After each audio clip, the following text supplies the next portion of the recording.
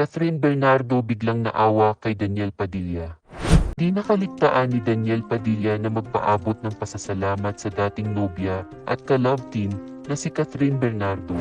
Sa kabila ng masalimuot na kinahantungan ng 11 taon nilang relasyon. Sa ginanap na contract renewal ni Daniel sa ABS-CBN at Star Magic nitong Lunes, isa si Catherine sa pinasalamatan ng aktor dahil sa malaking bahagi nito kung anuman ang narating niya ngayon. Sabi pa ni Daniel, nagkahiwalay man sila ni Catherine ay hinding-hindi niya makakalimutan ang mga alaala nilang magkasama.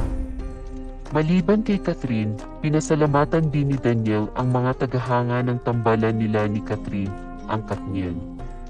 Ang muling pagpirma ni Daniel ng kontrata sa ABS-CBN ay katapusan rin ng haka-hakang lilisanin na niya ang Star Magic at humahanap na siya ng bagong talent management na hawak sa kanyang showbiz career.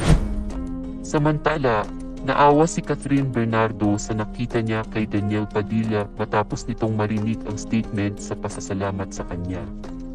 Biglang naawa ito dahil kahit ano pa man ang nagawang kasalanan ni Daniel, ay naging parte pa rin ito ng kanyang journey sa showbiz career sa mahabang panahon at panigurado hindi pa rin nawawala ang pagmamahalan nila sa isa't isa.